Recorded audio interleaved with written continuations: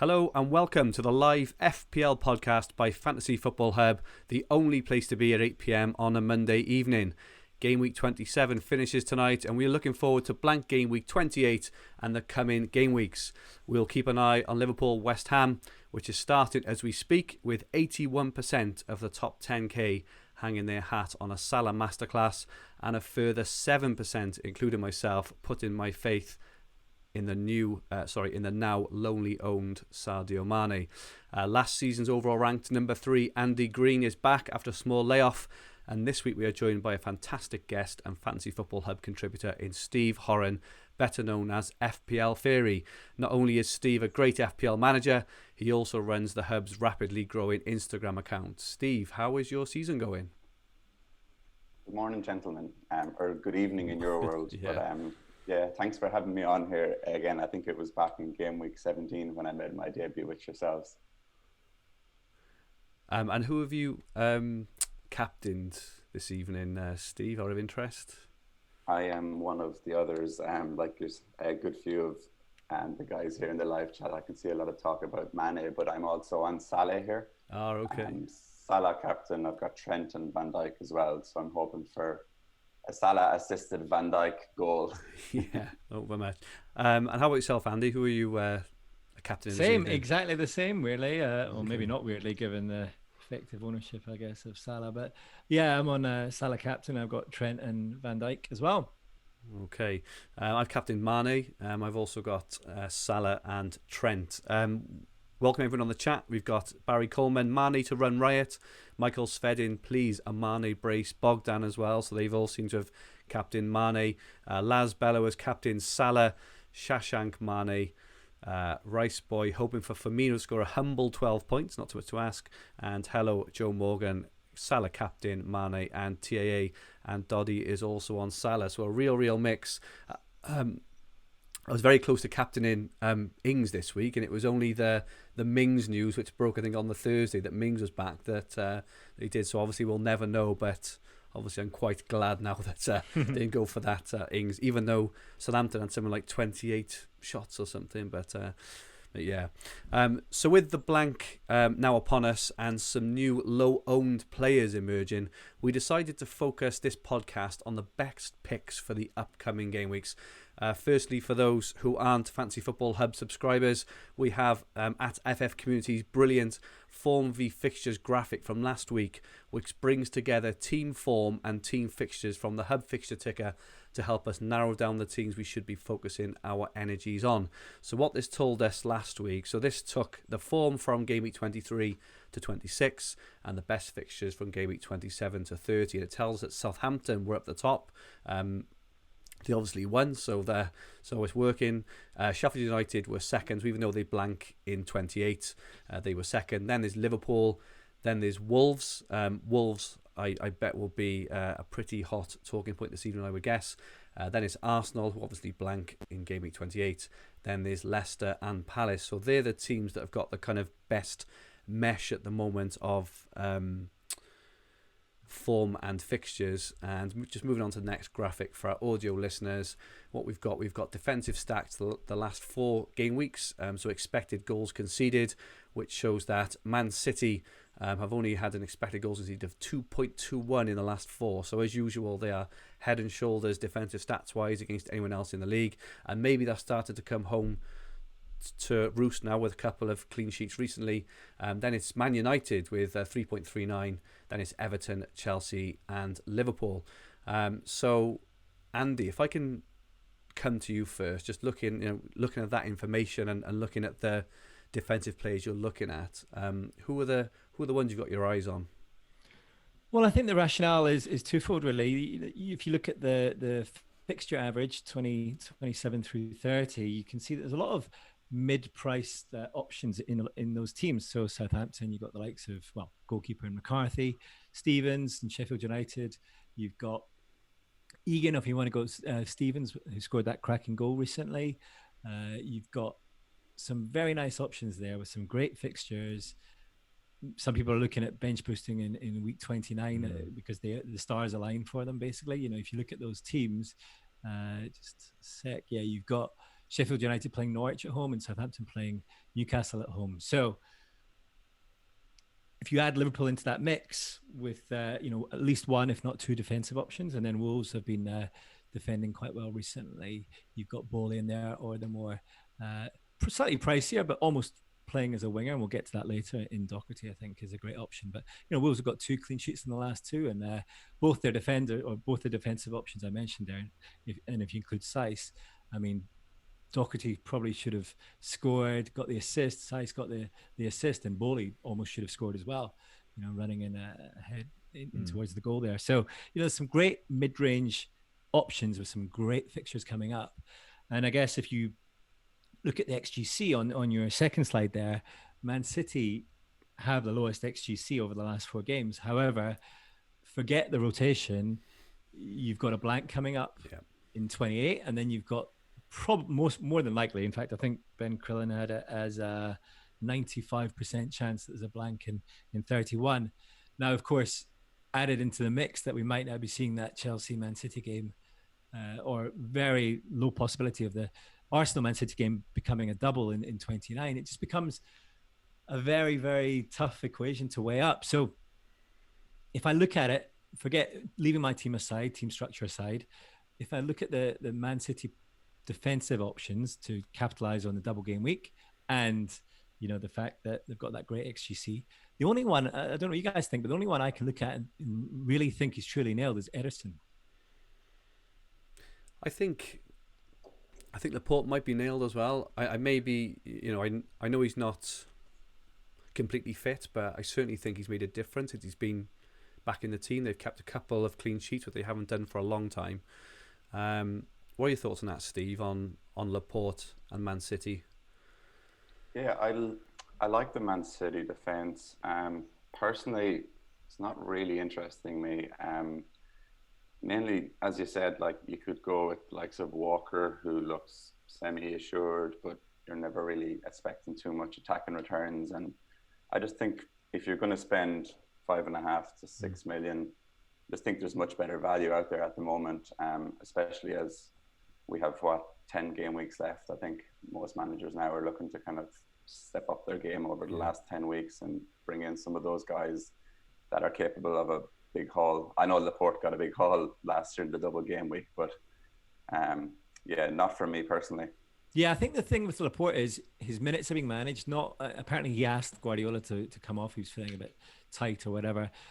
The problem is when you have 2 games, we don't know when that double game week might be or if it will be, is that will Pep risk his kind of, star defender essentially, lock at the back, coming back, playing 2 games so closely together with the Champions League coming up. So, I can easily see him playing 19-1, and he does have an attacking threat. We know that from set pieces, but I just cannot be sure in spending that sort of money when we've just been through some of the 6.3 million, when we've been through some of those really kind of reasonably priced defenders. I can't see anyone. So if I'm looking to structure my team, the only one I'd even be aiming at would be Ederson, and given that they're going to blank in 31 after that, I'm not even sure whether I'm going to go with it. I might just stick with De Bruyne, and that's it, even if they have a double. Just to interrupt you guys, there's been a goal in the Liverpool game, and from what I can see, it's Wijnaldum, which is probably not the assist. Oh, is it a Trent assist? Yeah. Oh, there we go. 1-0 there. I just have it on here live beneath my screen, and the ball broke out to Trent on the right hand side, who whipped in a nice cross, and it came off. It looks like the back of Wijnaldum's head. So nice Trent assist to start us off. Very good, very good. Just to finish off on the City defence as well then. So they blank in 28. They're away to Man United in 29, who've obviously looked to improve under Bruno Fernandez, who I'm sure we'll mention in a minute. In 30, they're home to Burnley, which is probably a nice fixture. 31, away to Chelsea. Chelsea have started scoring a few goals. They've then got Liverpool and then the informed Southampton. So I completely agree with you guys. While I think Ederson and Laporte are good players and maybe ones for after that little run, I think from 33 onwards they go on a decent run, probably not in the short term. The team on everyone's lips in defence, I believe, and Andy's touched on it already, are Wolves. And from having a chat with you guys over the last day or so, it seems we've each got a different Wolves defender. So I brought in Sice last week and was probably quite fortunately rewarded with an assist and a nice 11-pointer. Steve, you've got Doherty, is that right? That's correct, yeah. I tried to pronounce it right, and obviously with an Irishman on as well, I've got to make sure I try. So Doherty. And Andy, you've got Willy Bolly. So Andy, what are your thoughts on who is actually the best Wolves defender, and is a double up even an option over this run? Well, there's no doubt in my mind Doherty's the best option. I mean, he is on stats wise outstanding. The reason I've got Bolly over Doherty was purely budgetary reasons going into the wild card in the bench boost. But watching him yesterday was incredible. He should have scored as well as to add to his assist. He had 2 big chances yesterday. Look over the last 3 games. He's kind of that defender that I would class as almost like a midfielder. So you get the midfielder positioning with the added bonus of the occasional clean sheet, and then obviously on the back of that is a bonus point magnet. So there's no doubt in my mind. In fact, I wouldn't even rule out the defensive double up, especially with Traore now looking potentially not nailed, although my feeling is that he probably will play against Spurs just to have that. It seems that he might be kind of more of the impact player against so-called stronger teams, but by no means is he nailed now with Jota back in the team. So, it's potentially, if I was starting today with a wild card, I'd probably have Bowley ahead of 29, and obviously they play in 31. We know that now. So I would have Bowley, Doherty, and Jimenez or Jota up front. Just to interrupt there as well, guys. Looks like West Ham have actually equalised. What? That's what's on the chat. Hornet FPL says 1-1. And Martin Boyle just said, I think this is a really good point actually regarding Wolves and regarding Traore. They seem to have moved yesterday to the formation that they used very successfully last year, where they play that kind of 5-3-2. And if they stay with that, I'm not sure Traore actually fits into that formation unless he rotates a bit potentially with Doherty. Obviously very good for Bolly and particularly good for Sice, because obviously Sice would fit nicely in there. But if they do run with that, you can probably see Traore, Doherty, maybe Jota kind of getting in and out of the team. So yeah, do we think, just to touch very briefly on midfielders, do we think Traore was dropped, or do we think he was rested, or just change of formation? Any I think it was it was definitely the change of formation from from 3-4-3 to playing just 2 up front, and obviously it worked for Jota. The thing with Jota, and a lot of people started the season with him, is he's a very streaky player. He scored last season. I remember he scored a hat trick. I think it was a hat trick against Leicester, and then 2 goals the next game, and then didn't score for 3 or 4 games. So it's a tricky one when you've got Jimenez there, who's in theory so consistent, but he's a great option at that price as well. And I think when he's on his hot streak, you probably want to have him. But I think just with the fixtures, and you really want Wolves players to be playing in your team every week. So I'd probably be going for the more nailed options of Jimenez, Bolly, and Doherty if I had the choice. Okay, just to catch it with that West Ham goal, it was a Snodgrass assist for Jop. So I'm not watching it, but it sounds like probably a cross, or a free kick, or a corner and a header, I would guess. But yeah, that's a bit of a blow for double Liverpool defence. That's for sure. So the double Liverpool attack there may come through this time round. Steve, have you got any other thoughts on any emerging defenders over the next few weeks that you got your eye on? Yes, so I suppose a couple of things on what you guys just touched on there. I was in a position myself this week where I was selling Lundstram, and I was looking for a defensive pick to kind of tie me over until wildcard, most likely, probably game week 32 or 33. And a Wolves player was top of my list also. I was pretty set on bringing in Bolly, especially after watching him last week when he had that goal ruled out for offside, and he's just been looking great in the few games that in the few bits of highlights that I've got to see him in. But I ran the numbers here on the Hub's comparison tool, not even trying to plug. I'm just being pretty open with how I made my decision. But I ran the numbers between Bolly and Sice, and then I ran the numbers between Bolly and Doherty. And when you just go into Doherty's numbers, he's just so attacking. Like, I was even looking over the last 4 weeks alone. He's had like 3 big chances. He's like way ahead of any other defender. Yeah. He's had like 6 shots, 2 on target. All of his shots are in the box. He's just so attacking. And I think you've got the assist potential, but you also have the goal potential, which he hasn't really realised that much of late. But I know for the season, he's got like 3 goals, 4 assists, 6 clean sheets. So when I kind of went through it, I just said I'd gamble with Doherty, but it's also kind of acknowledging that I have the wild card to kind of fall back on and move money around in a couple of weeks anyways. But aside from himself, Traore, a bit of the formation switch mixed with his recent injury has kind of turned me off him. I was going to bring him in for Grealish over the last couple of weeks, but happy enough that I've held off now, and I could go on that double up. But as you've just seen there now in the last couple of minutes, going with the double up and 1 goal conceded, it does kind of ruin a game week as well. So I'm not so sure on that. Yeah, I think with Traore, well, I'm an owner myself currently. I think if you have him, you keep him. Yeah, I expect him to feature against Spurs. And then from then on, I think there'll be a slight rotation risk. He is an impact player, so he can come off the bench and easily get a return.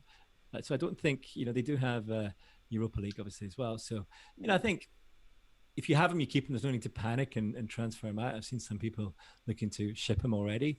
But I think Doherty is probably a number 1 option for Wolves, even over Jimenez, I would say, at the moment, watching the last couple of games. Yeah, I totally agree. And there's kind of the one other player that I've been looking at myself, but it's kind of hard to fit in with having the double Liverpool and now Doherty. But I'd really like to get in Pereira from Leicester for the next couple of game weeks, because looking at Holly's article there, I see they're playing Norwich, Villa, Watford, Brighton over the next 4 weeks, which is a pretty nice run. And he's actually the only player, looking at the underlying stats over the last 4 game weeks, that is that little bit more attacking over Doherty in terms of shots. He's a bit more expensive at 6.3 million, but he has got 3 goals, 2 assists on the season.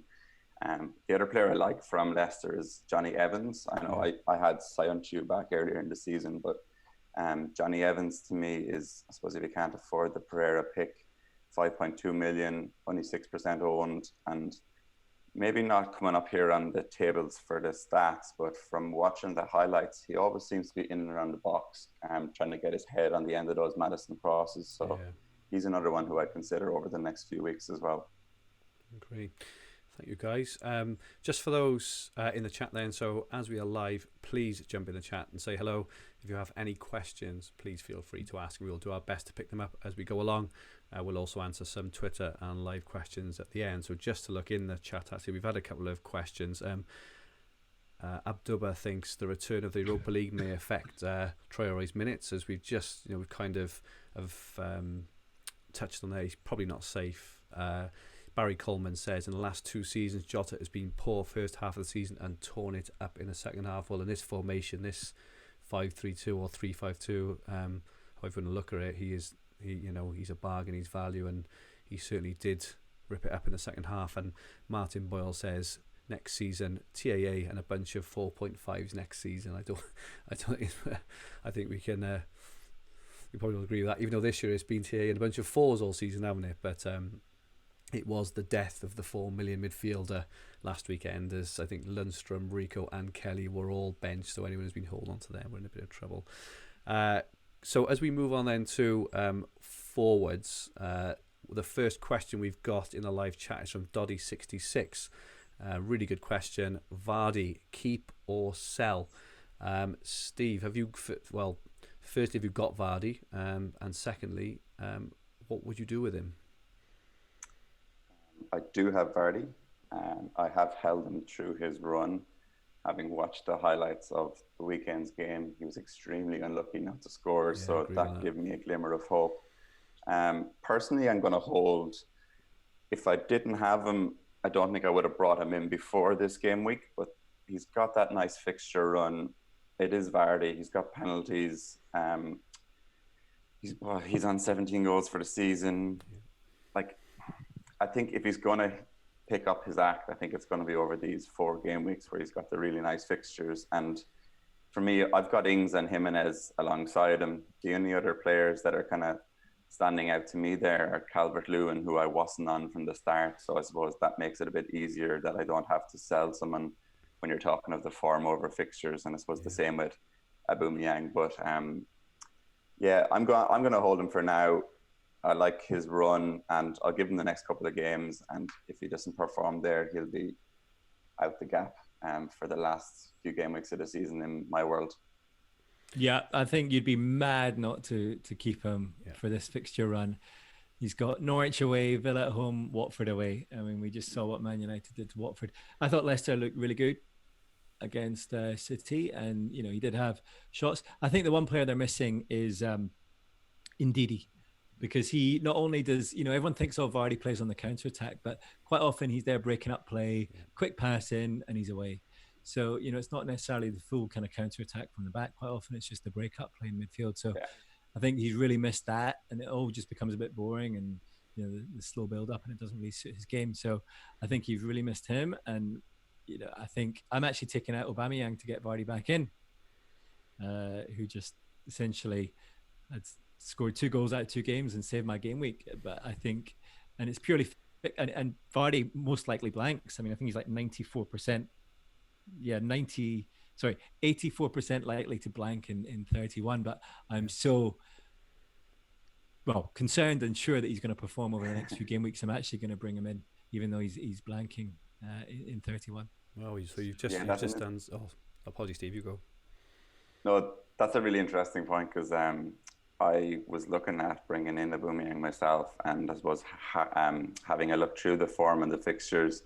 Totally agree with your move, Andy, in the sense that I think Vardy for the next few games really has the potential to, like, he's playing Norwich and Villa, who we've seen are, if anyone's looked at the underlying team stats, Aston Villa are just serving up chance after chance, and it's looking like Norwich are kind of going that way as well over the last few weeks. So I think making the swap around, it also leaves you with that potential that should you want to swap back after Vardy's kind of next 3 or 4 fixtures for Aubameyang's nice run, kind of gives you that leeway. And I think I'll be doing something similar myself. Yeah, I think Vardy's captaincy material this week, this coming game week against Norwich. Brave man. Brave man. Well, I've been looking at my team, actually. I don't really see many other options at the moment.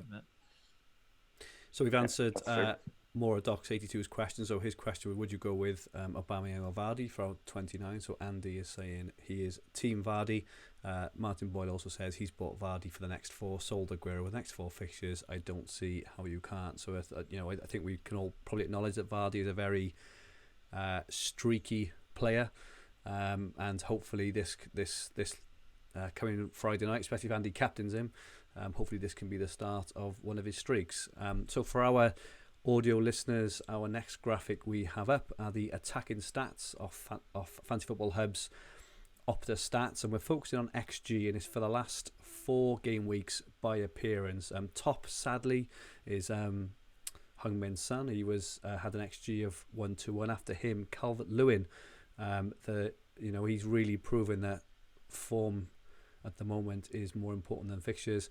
Then it's Gabriel Jesus, Firmino, J. Rodriguez, which I thought was a really interesting one, especially considering that Burnley play in both 28 and 31.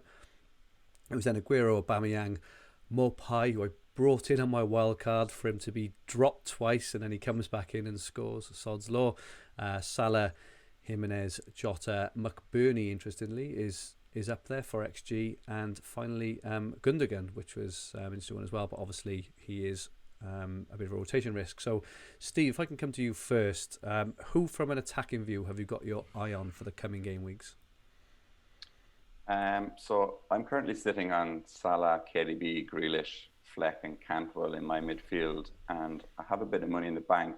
I also have some money that I can free up in my team, and when I filtered by form, there wasn't really anyone that stood out. I know McNeil has just shot to the top of that list, but I don't know. I was listening to another podcast and it mentioned that I don't think he's had attacking returns in something like 12 or 13 weeks before this. So that kind of but he did look great at the weekend. But when I had a look at my own team and who I might bring in myself, my number one target, I think, this week, and he's most likely will come into my team, is Barnes from Leicester. One, he's been looking really good in the eye. I think he's racked up 4 goals, 7 assists so far this season. But it's really his ownership, because when I look across the midfield, any of the other players that I had my eye on are all like 10+% owned, but Barnes is sitting at, I think, currently around 2.7% owned. And with that run of fixtures, doubling him up with Vardy, he was rested last weekend, or he started from the bench, I think, and came on at half time in the change of formation against City. So I'm really, really looking at Harvey Barnes, and I think he will find his way into my team, if not this weekend, maybe next weekend for Villa. The other players that I kind of was looking at is Richarlison, which is the classic form over fixtures. I see a few people brought him into their teams this weekend, and I know someone from the Hub chat there brought him in this week as well, and he got his return, but not for me personally. The player that I really was also looking at is James Madison. I know lots of FPL managers have some bad memories and they're not really sold on Madison, but I think if you're not an owner of him, he looks really appealing when you watch the games, but I think when you do own him, he's the kind of player that frustrates you. I was shocked to see that he only has 6 goals and 5 assists for the season, because he kind of always seems to be setting up and floating balls in and putting through balls, but I suppose it looks like it hasn't really turned into FPL points. So I suppose, Harvey Barnes is my number one pick over the next few weeks from the midfield slots. Yeah, I agree with you on the Leicester picks. Just looking at Everton's fixtures, they really couldn't be any worse.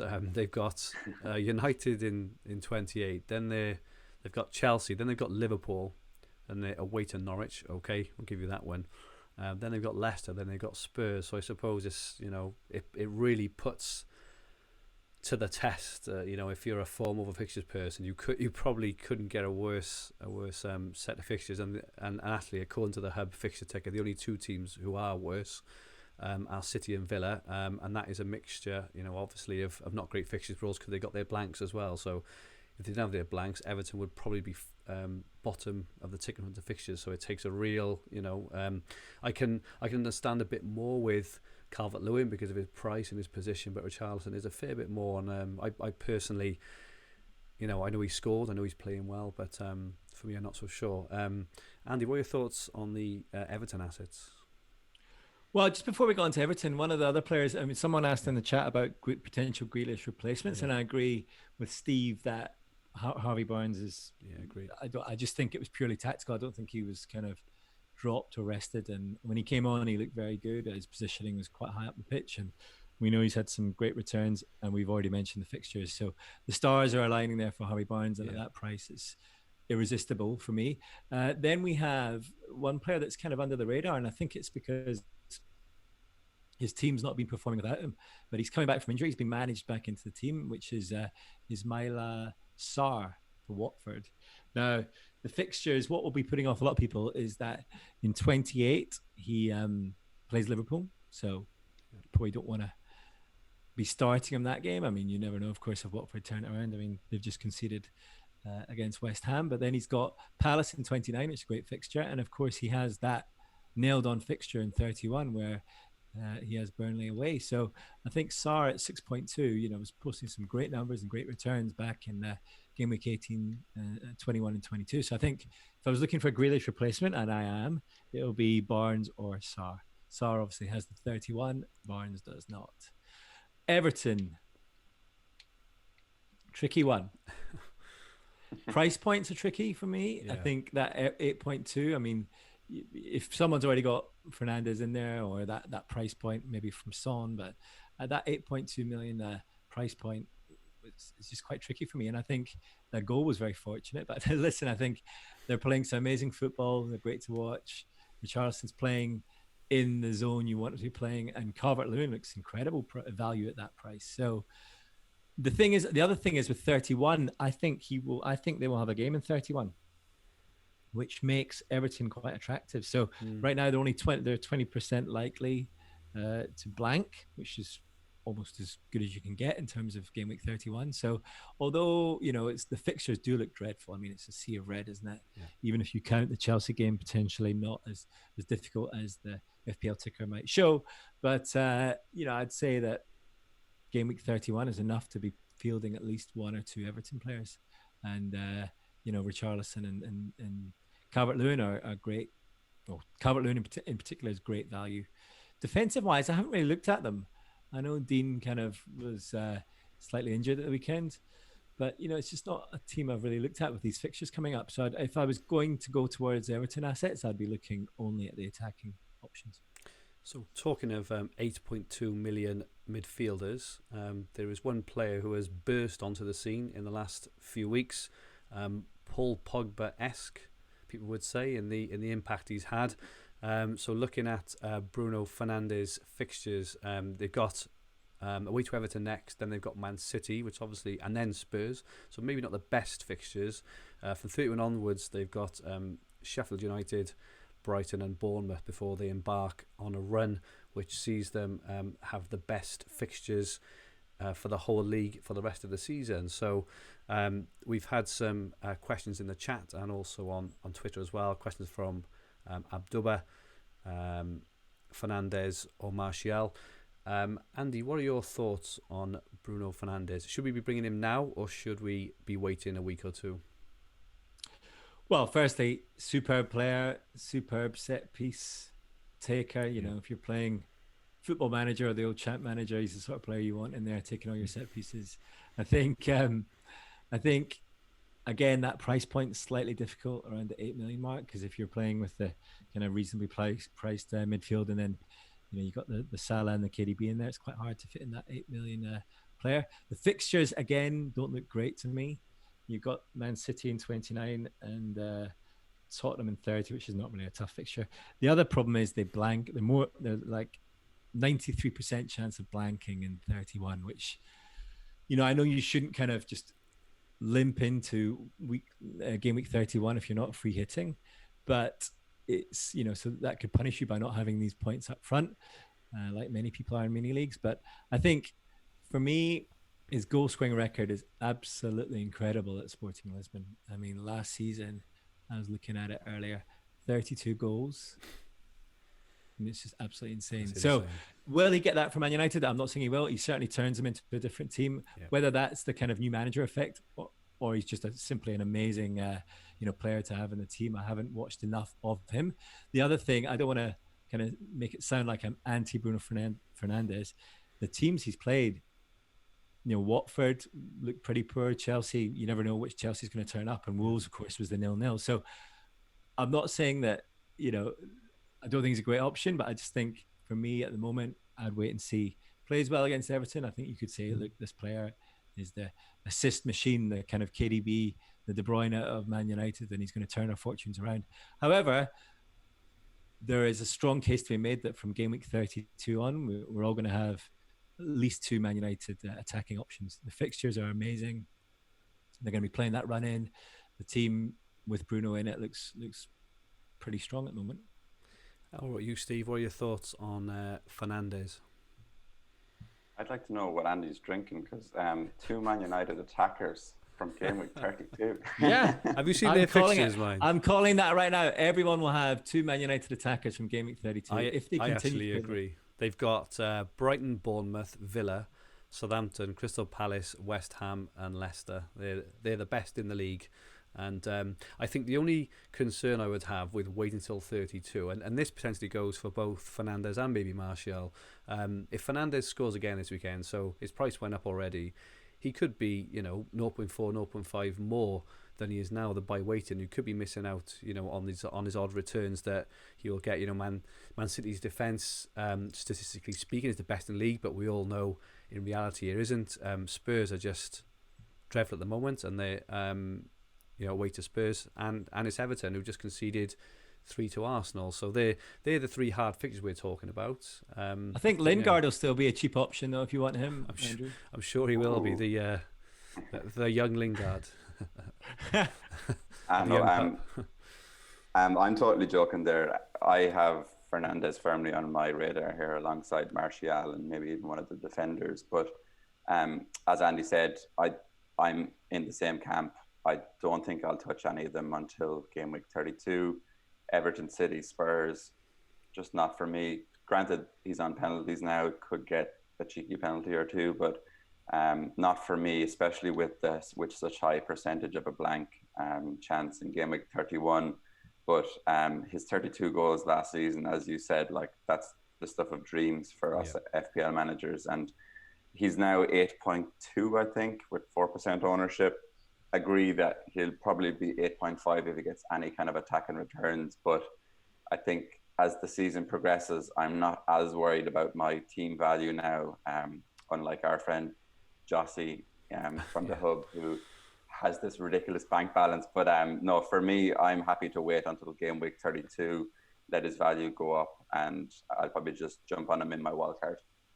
Okay, I think you may regret it, chaps. But I'm bringing him in this weekend. Well, I'm bringing him in. It purely depends on what happens with the Man City double game week, because if Man City get their double in 29, I obviously have to leave De Bruyne in. We should know on Thursday or Friday if that's going to happen or not. In the next week or so. But I may get rid of. And just on that, Andrew, you're not worried about KDB in game week 30 at home to Burnley? I am, but I've also got Salah and Mane, so I've got the potential to do a one swap if I need to, and that's the only reason why I'm doing it. I've kind of urged caution in terms of getting rid of De Bruyne for wanting him back. But again, in game week 30, it's only one game. After that, again, they've got Chelsea, Liverpool, and Southampton, who've also got who've all got good defensive stats, and I'm sure they'll have a Champions League game mixed in there as well. So for the sake of one game against Burnley have actually been defending reasonably well recently. I think Pope's kept 3 clean sheets in his last 4 or 5. So but yeah, it's something to think about. But I think Man United are going to have a good finish to the season, and I want to jump on him early and get him his points while he's still sub 10% owned. There's one other player there that I like the look of also. Just I know Andy's mentioned Sarr at 6.2 million, and he's got really low ownership and has the game in 31, which is a big appeal. But Armstrong from Southampton has. I do kind of go through each game week stats individually, say on a Monday or Tuesday, and just kind of pull out which players have stood out for some of the social media posts. But Armstrong at 0.2% ownership, his underlying stats have been really, really good. And as we know, Southampton have West Ham, Newcastle, Norwich, and Arsenal over the next 4, 5.2 million. I just think if anyone's looking for kind of a cheap enabler, we were all set on kind of Cantwell and Fleck over the last while, but I think Armstrong is a really kind of useful guy there if you're looking for someone cheap to afford the funds for someone else in your squad. I completely agree with that. Is there anyone else, Andy? You've got your eye on from attacking view over the next few weeks? No, I think that pretty much covers it. Okay. Steve, any more? Or should we move on to questions? I have a list as long as my arm here, so I can stay going all you day. Carry on, mate. You go. You go. Fantastic. No. I think that's it. The only other one that's kind of who I would like to have in my team, but I think it's kind of nostalgia even from the start of the season. Is Leighton Baines. You can't say Leighton Baines. Why? No, it's Clint Dempsey from Fulham there. He just really stands out to me, especially with the double game weeks coming up. I know it's Mason Mount from Chelsea. If we had a bit of clarity on Chelsea's fixtures, I think he's looked good again from the highlights I've seen over the last few weekends there. And 6.1 million, I think if Chelsea pick up a bit of form at all, himself and Abraham could be worth considering. And I think likewise with Spurs, I'm going to butcher this, but Bergwijn has been looking okay in my opinion. He hasn't really got the FPL returns. I know he's just scored once, but he's got really, really low ownership. And if you look at kind of Son's out, Kane's out, there's a strong chance he'll be up around the front line with the likes of Moura and Ali. So that's just the kind of players that I have on my radar, but I don't think I'll be bringing them in. As I said, it will be most likely Harvey Barnes for me. Apparently, Van Dijk just hit the bar. I saw that, and TAA had a close one as well. Ugh. Okay, so moving on to questions then. So a very common question we've had both on the Twitter questions off FPL TFL Octavian: who is Grealish's best replacement? Victor Mwangi: what to do with Grealish? So we've had a lot of questions with Grealish, and also Mark M Bison 22: should we hold Grealish through the game week 28 blank? So I know we mentioned players like Harvey Barnes, etc. What are your guys' plans for Grealish? And if you haven't got him, what would you do? Steve, can I ask you? You can indeed. I was planning on holding him, I think, up until this week, which just shows you how short-sighted we can be in the FPL world. But I think if I was wildcarding last week, there's a strong chance he would have been in my wildcard squad. But even looking at the next 2 weeks, away to Leicester and at home to Chelsea, not really nice fixtures. If you look at, it's blank away to Leicester and then at home to Chelsea. If you compare that with someone like, for example, Barnes, who has Norwich, Villa, Watford, or even someone like Armstrong there, who I was talking about, who has West Ham, Newcastle, Norwich, like there is really that temptation to switch. And because I've kind of sorted out my defense now, I have Sidibe there kind of stinking up my defense, and he's holding up some of my budget. But as you guys just mentioned earlier, Everton do have a nice looking fixture in game week 31. I think there's only a 20% chance of blanking in that. So I'm quite tempted to hold on to Sidibe and kind of move around some of my midfielders instead, because I was set on bringing in, say, a Southampton defender. So for me, I think the move will be Grealish to Barnes this week. Just totally playing the fixtures and I suppose taking those chances now with the more low ownership players coming into the last 10 game weeks of the season. Sure. Okay. And Andy, your thoughts on Grealish, keep or replace, and if replace, who with?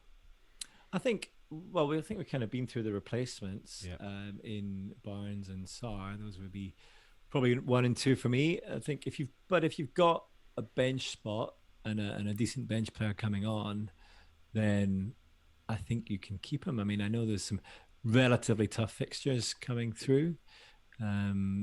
But he is that sort of player that can perform against anyone really. Typically I think performs a bit better away from home, whether that may be just the teams that he's played away from home or just the way that the other teams set up, but he's always capable of an assist or a goal. So I think I personally will be most likely taking him out for Barnes, but I think he's definitely an option to keep, especially if you've got some value tied up in him. But at this stage of the season, value is less important to me, and it's more about it's more about form over fixtures, I would say, but it's more about just who's going to score you the most points. You don't need the value in your team with 10 game weeks left. Okay, a question from Hamed7 Amadov. Need a replacement for Fleck and no problem with a -4. So you've got 1 point in the bank, so I think we've all mentioned. I think Barnes is 6. Stuart Armstrong was a really nice call as well there, Steve. So there's a couple of thoughts for you, Amadov. Question from FPL Doctor. If City have a double game week either with Chelsea or Arsenal in 29, who should we get in addition to KDB? And should we bank a transfer this week for that? So any thoughts, guys? Is it worth getting winning? Because surely very few players are going to play the 2 games. Any thoughts on that? I'd certainly bank your transfer and try and have 2. Yeah. So you got the option. But as we said earlier, defensively, well, the fixtures aren't superb either for Man City, assuming it's Chelsea and Man United. Defensively, Ederson's really the only one. And then you start looking at Chelsea. I mean, is Tam Abraham going to be nailed on for both games now that Giroud had a great game for them? So Mount, probably the most attractive option at that price point. But again, these are not great fixtures. I think Chelsea they will have Bournemouth and more than likely to have the double at this point. And I think it'll be obviously, Mount at that price, 6.1 probably looks okay. Barkley played really well, but these are all kind of, I think this depends on your risk appetite here. I think it depends what you're looking to do. I mean, Alonso looks incredible. Will they play both? So I think to answer that I hope these aren't meant to be one-word answers, but I think this this sort of double game week for Chelsea and City potentially is a real test of risk appetite. Are you just going to stick with the De Bruyne in your team, or are you going to go, right, I want Alonso and I want Mount because they can bang against anyone? And I think Man City will potentially keep a clean sheet in at least one, if not two games. So I'm going to go for Ederson or even Laporte for attacking returns. It's really for me, it's just a case of risk appetite in your squad. If you're well positioned and you just want to keep it safe, aim for the nice fixture in 29 and maybe a player that might allow you to dead end into 31 rather than go for the 1 week double game week that's not great fixtures for either team. Okay. Thank you, Andy.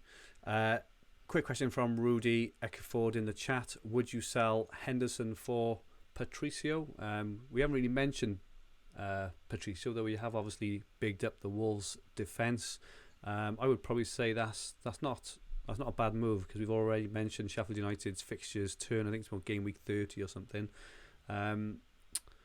Steve, one word answer. Would you sell Henderson for Patricio? No, I would not. Andy? After game week 30, yes. After game week 30, yeah. Okay. Question from FPL Rossoneri. Are Leicester players a trap we're going to regret later? Are they only being considered because they have good fixtures but zero form? Also, given the fact they play poor without Ndidi. So I think we've kind of touched on that. I think that Andy thinks that Leicester are going to turn a corner with these fixtures and they're going to go on one of their runs. Question from Kaza. Steve, can I ask you this? Is Bruno or Marshall a must now? We've kind of answered that one. His next one was what to do with Mahrez. Any thoughts on Mahrez? Would you be tempted to hold in case of a double in 29, or would you be tempted to sell now? Yeah, that's a tough one that I'm happy that I'm not in that position to own Mahrez, because he's such an attractive player FPL wise, but he's also very frustrating. If I had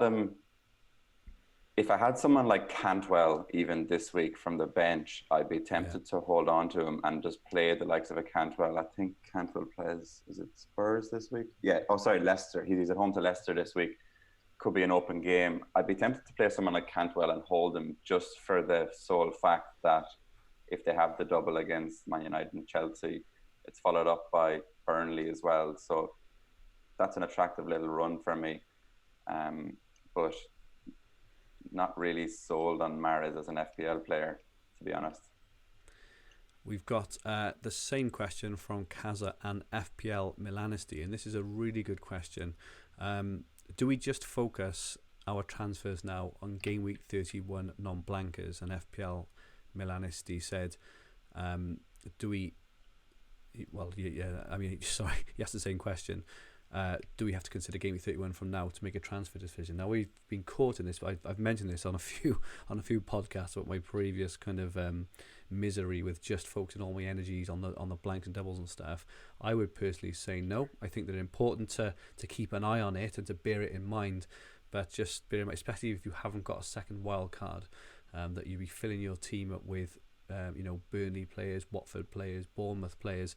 You don't really want that going into game week 32. So that's my question, is to bear it in mind. But if you don't have a second wild card, I wouldn't overcompensate, I suppose, is my answer there.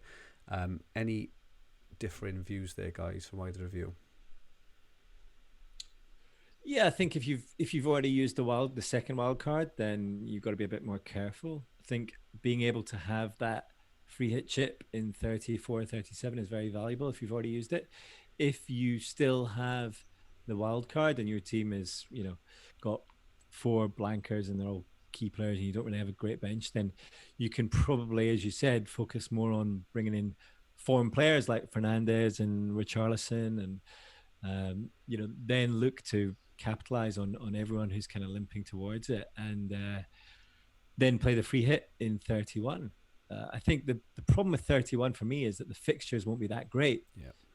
As it stands. I mean, obviously anything can change, but if we're staring down the barrel of Wolves, Bournemouth, Burnley, Watford, and Norwich, Everton, I mean, yeah, you've probably got 3 Wolves, 3 Everton, couple of Burnley and maybe the occasional Watford player, but it doesn't really seem the game week that's going to bring the big differential, the 100-point game week, even on a free hit. So and I know there's a lot of experienced players that are even contemplating going into 31 with only even 8 or 9 players, as long as they're the key players. So yeah, I think it's nice having the flexibility also. That I think it's good to have an eye on 31, but I'm not going to let it be my sole decision. But for example, this week game week 27, being able to bring in the likes of Doherty or Bolly, I think that's pretty straightforward in the sense that they will have a game week 31 fixture, and I'm now on 2 Wolves players, so I'll probably leave that slot open for another week or two and see which of the if Traore is back in form or if Bolly or someone looks good for that game week. So I think I'd bear it in mind, but I wouldn't let it be the sole decision. Yeah, I agree. Time for last couple of questions then. I think we've probably answered this one from FPL Classico. As ugly as their FDR may look, Everton's attacking performance is attractive. Do you think Richarlison is as good an FPL pick to bring out? So we have mentioned Richarlison, and he also says that Calvert-Lewin, there doesn't seem to be any space for Calvert-Lewin because of Vardy, Jimenez and Ings. So I think we've touched on Everton strikers. So last question then, Van Aanholt or Azpilicueta next 3 game weeks? That is a nice question. So just looking at Crystal Palace's fixtures for the next 3, they would have Brighton, Watford and Bournemouth. And then looking at Chelsea's fixtures for the next 3, they'd have Bournemouth, Everton and Villa. So both really nice options, actually. Steve, if you had to pick one, Van Aanholt or Azpilicueta for the next 3 game weeks? I would go with the more boring pick of Azpilicueta. Also, just considering the fact that they could have the double game week as well. I think it just makes him a more attractive option, in my opinion. And Andy? Yeah, I wouldn't get blinded by the 15-pointer versus Newcastle. I'd go either Reece James or Azpilicueta. The only thing I'd say about Van Aanholt is he does tend to get quite a lot of attacking returns towards the back end of the season. I think he's done it the last 3 seasons on the trot. He's managed to get a couple of goals in the last 6 or 7 game weeks. Martin Boyle said I'd bank the transfer. Thank you for that, Martin. Very good. Okay, so with all the talk of blanks and double game weeks, Fantasy Football Hub have got you completely covered. We have the ultimate guide free on the website on how to navigate the blanks and double game weeks, written by 6-time top 1k finisher Abdul Rahman, aka FPL Salah on Twitter, ably supported by double game week maestro Ben Krellin. We also have Ben's planning spreadsheets and FPL Jossie's fixture planner, all amazing tools that all Hub contributors use to navigate through the double game weeks and maximise chip use.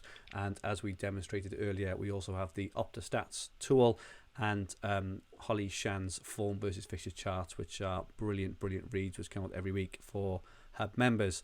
That's it from us for this week. Many thanks to Andy and Steve tonight for a really good show. Thank you so much, guys, for all your insight, your analysis and your thoughts. Andy, where can we find you? On Twitter at FPL Fantasy Guide. Thank you. And Steve, where can we find you? Find me on Twitter and on Instagram at FPL Fairy. And just one other point that I'd like to mention before we go is that if there's anybody listening or watching that isn't a member of the Hub, there's an offer running currently for a full year's free membership. All you have to do is follow the Hub's Instagram page to join that. So I think that'll be really useful for whoever the winner is over the next 7 days or so. Thank you very much for that, Steve. My Twitter handle is at Fergie222. So this video recording will be on the Fantasy Football Hub YouTube channel, with the podcast versions available in all major podcast libraries. If you like what you hear, please rate, like, share, subscribe, retweet. It all helps us get the word out and make sure you don't miss anything. All comments and feedback are very welcome, particularly around the live element of this podcast and if it worked for you. Our Twitter handle is at FFH_HQ. And our podcast Twitter handle is at FFH_podcast. So please feel free to follow and ask any questions. Our website is fantasyfootballhub.co.uk, where you'll find everything you need for fantasy football all under one roof, including player comparison tools, the fixture ticker, OPTA stats, top player team reveals, and much, much more. If you fancy a free 7-day Hub membership trial, just go onto the website and sign up. The link is below in the description. And finally, don't forget that FPL Saturday Live is back again this coming Saturday at 10 to 3 with myself and Adam Hopcroft, talking you through the 3 p.m. Premier League action as it happens from an FPL perspective. So come and join in with a live chat. It's great fun and very interactive. We'll be back next week. We'll be looking forward to game week 29. I will be having a week off, so Will take over hosting duties for the week with Andy and Adam. And we will also have none other than the Thread King himself, Neil Murray, joining us next Monday night live at 8 o'clock. So we are set for another great show. In the meantime, we hope you have a good week, but far more importantly, may your benches have the depth to cope with blank game week 28. Good night all.